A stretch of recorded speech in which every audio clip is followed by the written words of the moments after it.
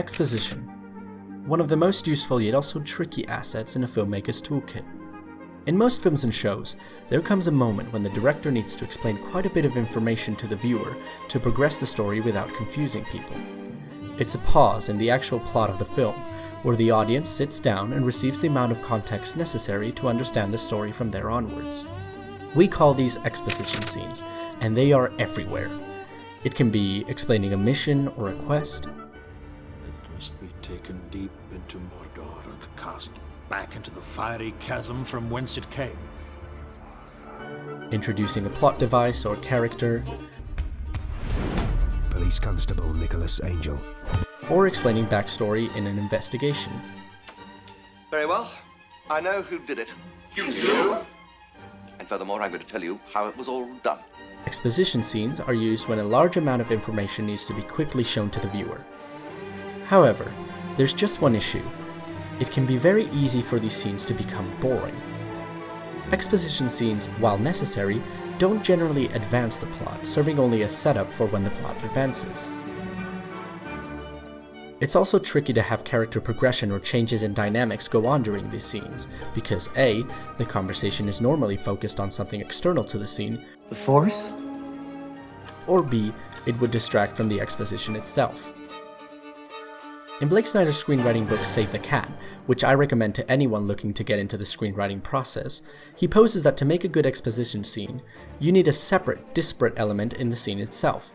Something engaging or different to make it more than just an information dump. This is why exposition scenes attempt to incorporate engaging visuals that support the information being presented, such as a literal presentation, a surreal limbo, or in most cases, clips of the events the characters are talking about, essentially transforming the scene into narration. Today, I want to talk about one of my favorite exposition scenes of all time, and analyze the simple trick that makes it work. You've probably heard of Sherlock, the BBC series written by Mark Gatiss and Stephen Moffat. It stands as one of my favorite shows of all time, and I want to talk about a particular aspect of it that I think filmmakers should look at when developing their exposition scenes. Sherlock has been praised and analyzed many times over, and it's easy to see why. It's a great show in terms of writing, visuals, performances, score, top-notch filmmaking overall. I've linked several good videos on it down below. Today, however, I want to focus on the way Sherlock handles backstory exposition, or as I like to call it, debriefing scenes.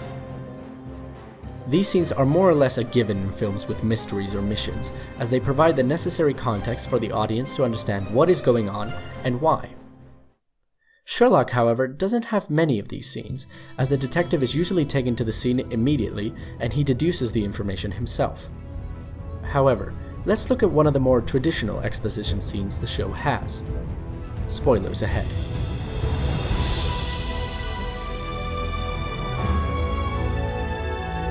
In the Christmas special between seasons 3 and 4, titled The Abominable Bride, Sherlock has some creative fun by setting the episode in the original time period of the source material, the 1880s.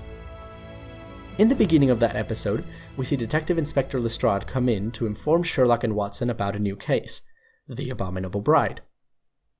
The actual exposition dump lasts almost 4 minutes, yet the show uses a simple yet effective trick to make it more engaging. Let's take a look. From the beginning, then. The case is this. On her wedding anniversary, a certain Emilia Ricoletti has apparently gone insane and started shooting people in the street wearing her wedding dress. On paper, this is already a rather engaging scene. However, A moment.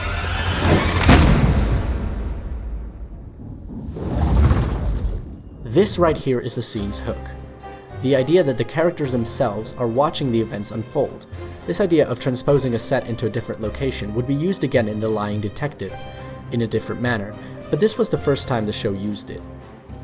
This trick is not only visually engaging, having 221B's Baker Street apartment moved to the middle of a foggy London street, but it also allows our characters to be commenting on the information as it is presented. Till death us do part. Twice in this case. Without having to cut back and forth between the two times and locations. It simplifies the scene for the audience in a way that keeps them an active viewer, as it makes the flashback scene feel less detached from the briefing, essentially combining the two scenes into one narrative. To me, it's the show making a statement. Sherlock Holmes is, as they always repeat to you, clever. Clever, yes. Thus, it only makes sense that the show must be cleverly made. Some would say that this is just the filmmakers showing off, considering the case itself could be explained in about 3 or 4 sentences, like I did before. But this showing off is almost the point. Sherlock is a show-off, so it's only natural that the filmmaking support that statement. It's the medium supporting the theme of the show in an engaging way.